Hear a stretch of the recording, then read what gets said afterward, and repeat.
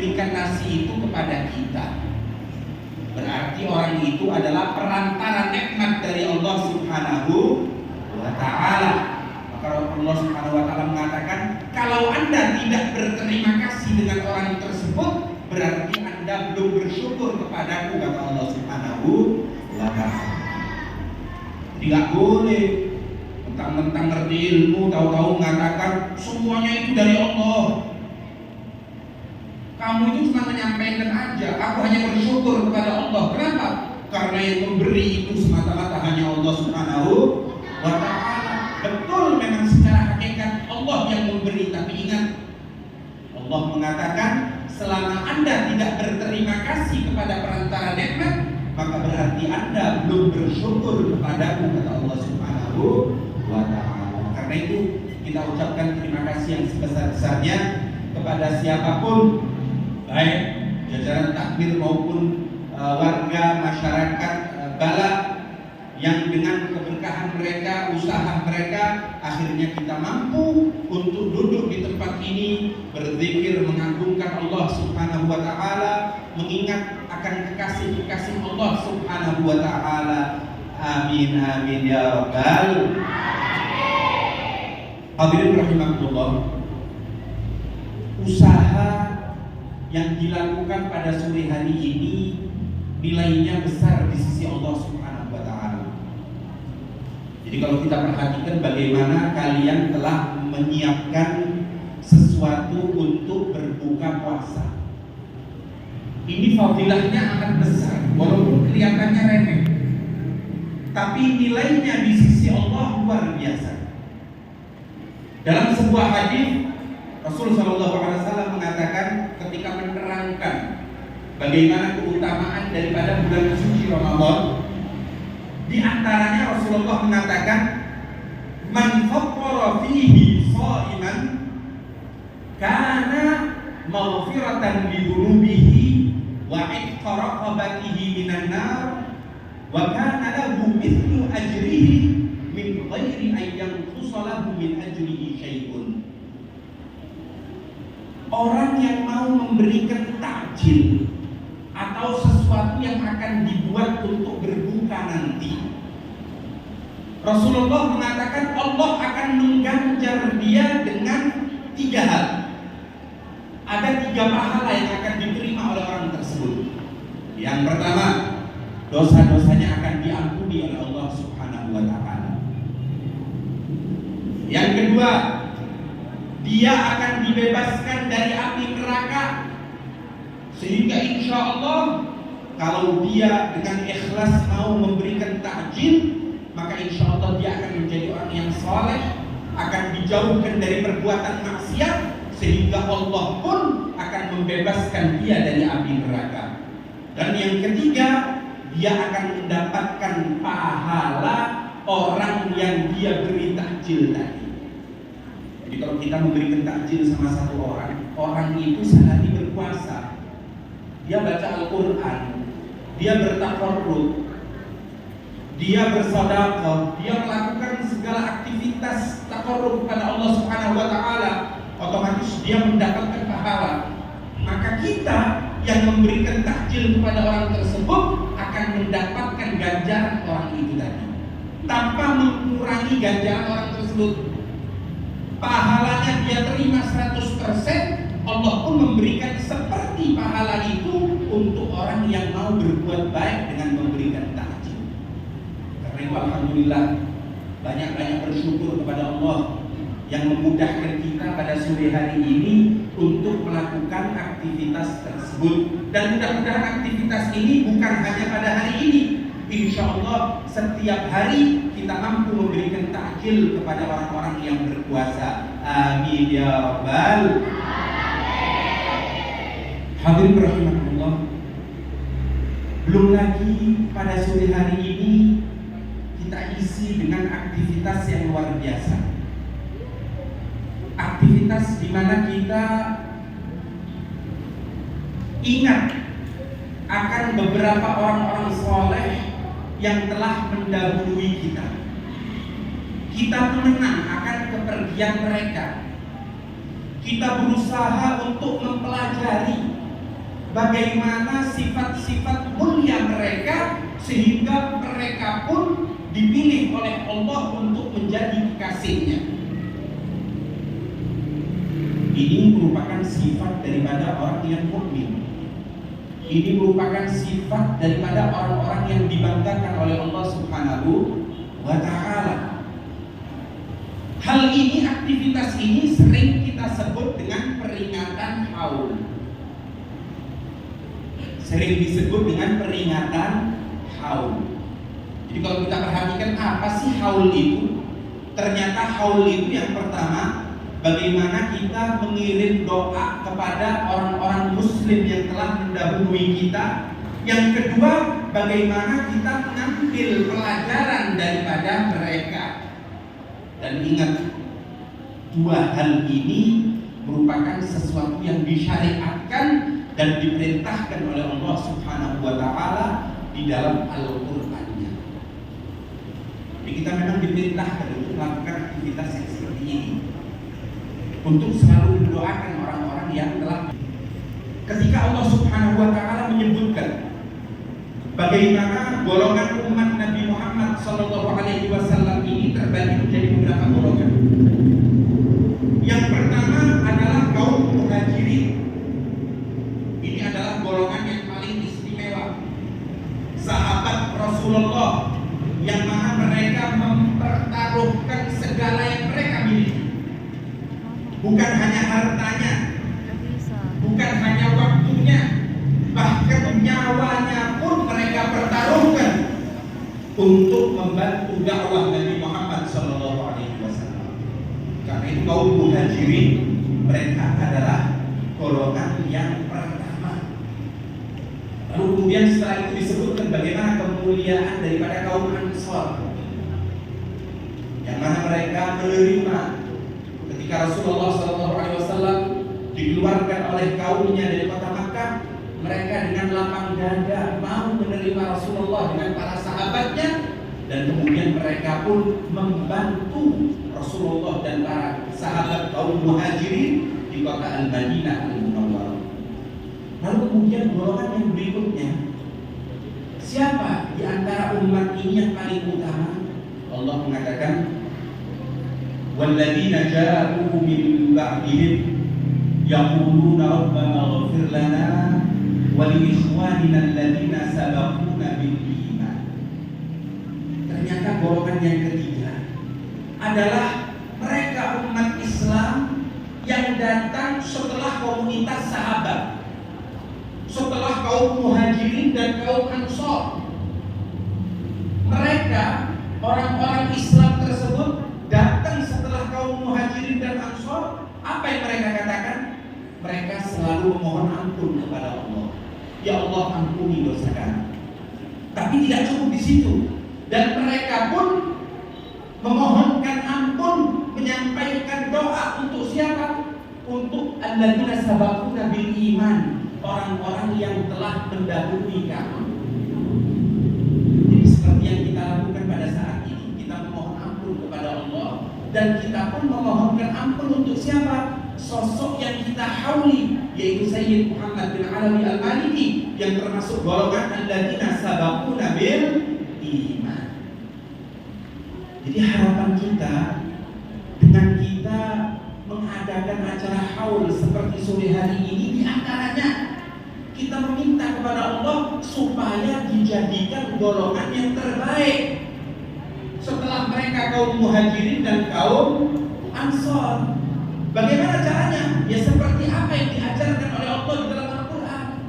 Hendaknya kita selalu memohon ampun, baik untuk diri kita atau untuk orang-orang yang telah mendahului kita, para ulama kita, orang-orang yang soleh, para wali yang mendahului kita. Ini diantara sedikit daripada fadilah ketika kita mendirikan acara haul seperti ini. Belum lagi fadilah zikir yang lain. Allah sendiri mengatakan dalam hadis qudsi, wa ana ma'ahu haitsu dzakarani. Allah mengatakan bahwa pertolonganku akan selalu ada bersama hambaku ketika dia mau duduk berzikir untukku. Jadi ketika kita berzikir, ketahuilah pertolongan Allah ada pada kita pada saat itu. Karena itu, duduk di tempat ini yang kita harapkan adalah pertolongan dari Allah Subhanahu wa Ta'ala. Kemudian kita juga menginginkan untuk apa? Untuk supaya kita dibanggakan oleh Allah di hadapan makhluk-makhluknya. Karena Allah sudah mengatakan, "Fa in dzakarani fi mala'in, dzakartuhu fi mala'in khairin minhu." Kalau mereka mau mengucapkan zikir mengagungkan aku bersama-sama dengan khalayak yang ramai seperti saat ini, maka kata Allah Subhanahu wa Ta'ala, aku akan membanggakan mereka di hadapan makhluk yang lebih mulia dari mereka, tidak lain adalah para malaikat Allah Subhanahu wa Ta'ala. Karena itu diriwayatkan bahwa ketika ada majelis yang seperti ini, majelis zikir, maka Allah membanggakan orang-orang tersebut di hadapan malaikatnya. Wahai malaikatku, lihat itu makhlukku. Bagaimana mereka mau menyebut aku, mengagungkan aku. Bagaimana mereka mau memohon ampun, mereka menyadari kesalahan mereka, dibanggakan di hadapan malaikat-malaikat Allah Subhanahu wa Ta'ala. Lalu kemudian di antara yang kita harapkan, maghfuran lakum qad buddilat sayyi'atikum hasanat. Orang yang mau duduk berzikir seperti acara kita pada saat ini, Allah Subhanahu wa Ta'ala pada akhir majlis akan mengatakan, wahai makhlukku, bangunlah kalian dalam keadaan telah terampuni dosa-dosa kalian. Sesungguhnya kejelekan, kejahatan yang telah kalian lakukan telah aku ganti dengan kebaikan-kebaikan serta pahala-pahala di sisi. Ini adalah faidah ketika kita menghadiri acara haul seperti sore tadi. Karena itu amat penting untuk selalu mengadakan acara haul seperti saat ini, amat penting dalam kehidupan kita. Karena apa? Karena ingat, seringkali Rasulullah SAW menggambarkan bahwa kehidupan itu seperti peperangan. Jadi hati kita, hati setiap manusia itu ibarat medan tempur, lapangan tempat berperang. Ada dua pasukan yang sedang berhadapan. Ada juyushur Rahman dan ada juyushur Syaitan. Ada pasukan-pasukan Allah dan ada pasukan-pasukan setan. Jadi tergantung berapa banyak pasukan yang ada di hati kita, kita yang mengetahui. Karena setiap kita berbuat ketaatan, ibarat kita menambah pasukan Allah Subhanahu wa Ta'ala. Tapi kalau kita berbuat kebalikan, berarti kita sedang memasang pasukan setan. Jadi kita yang lebih tahu dalam kehidupan kita sedang terjadi pertempuran ini, mana yang kuat? Apakah pasukan Allah atau kebalikan pasukan syaitan? Kita yang lebih tahu, karena kita yang meletakkan pasukan-pasukan tersebut. Dan di antara sarana untuk memperbanyak pasukan Allah Subhanahu wa Ta'ala tidak lain dan tidak bukan adalah dengan mengenang orang-orang yang soleh, para wali-wali Allah yang telah mendahului kita. Semakin kita mengenang mereka, maka semakin banyak kita meletakkan pasukan-pasukan Allah Subhanahu wa Ta'ala. Tadi dalam pembacaan manaqib, Sayyid Ali sudah mengatakan bahwa ketika dibacakan manaqib daripada orang soleh, ini merupakan sesuatu yang luar biasa untuk orang-orang yang mutaakhir ini, yang datang di akhir zaman. Kenapa?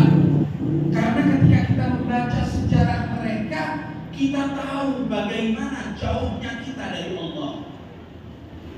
Ketika kita mendengar bagaimana Sayyid Muhammad bin Alawi Al-Maliki tadi, waktunya habis untuk dakwah, untuk mengajar, baik itu di universitas, di Makkah Al-Mukarramah ataupun di Masjidil Haram.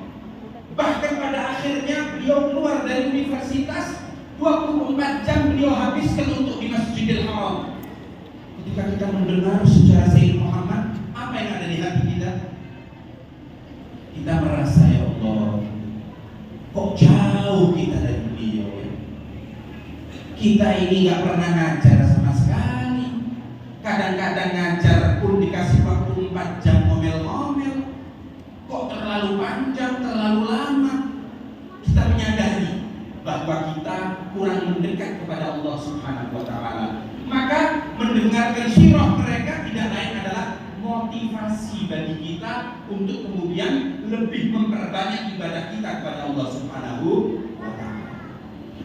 Berarti tidak kita sadari ketika kita mendengar sejarah daripada orang-orang yang soleh, ternyata kita sedang memperkuat pasukan Allah Subhanahu wa ta'ala. Karena itu hadirin, coba kita lihat dalam kehidupan kita sekarang, setiap daripada orang tua pasti menginginkan anak yang soleh, betul atau tidak?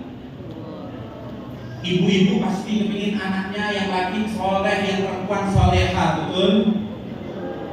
Tapi coba kita lihat realita yang ada. Bagaimana sifat daripada anak kita? Tolong koreksi dulu bagaimana cara mendidik kita akan anak-anak kita. Mana yang lebih banyak mereka dengar?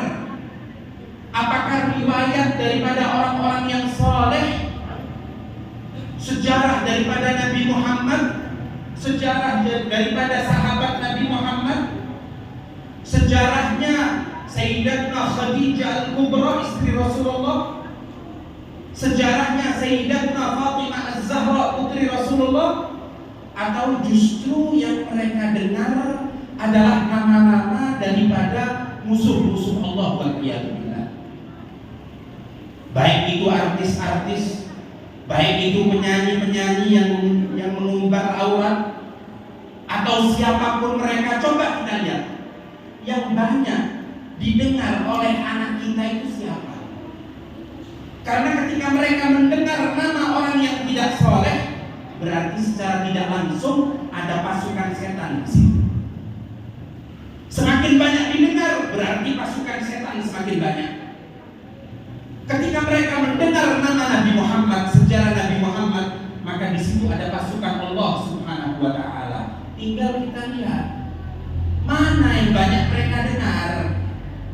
Apakah nama-nama daripada orang yang soleh atau justru kebalikan? Karena itu sebelum terlambat, mari kita mimingkan dari telinga mereka untuk mendengarkan nama daripada orang-orang yang tidak soleh.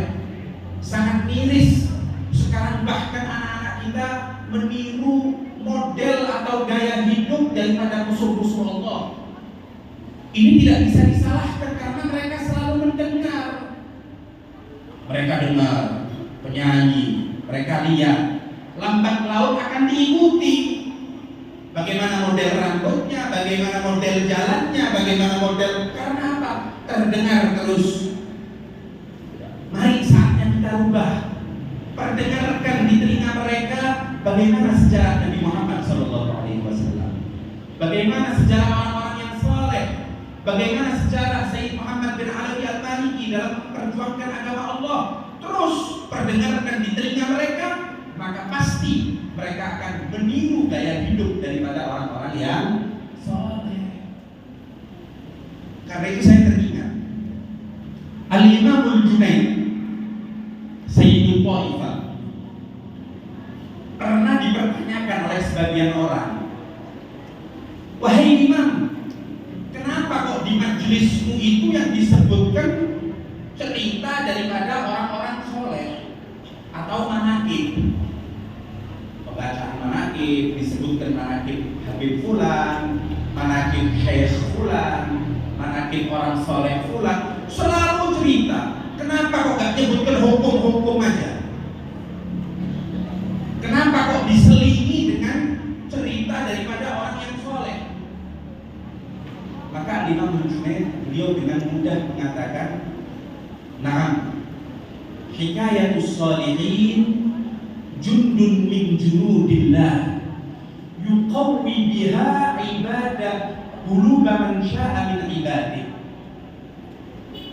Al-Imam Al-Junaid mengatakan, ya, karena hakikat daripada cerita orang-orang yang soleh, hikayat orang-orang yang soleh tidak lain dan tidak bukan adalah pasukan-pasukan yang Allah kirim untuk memperkuat hati daripada hamba yang dikehendaki.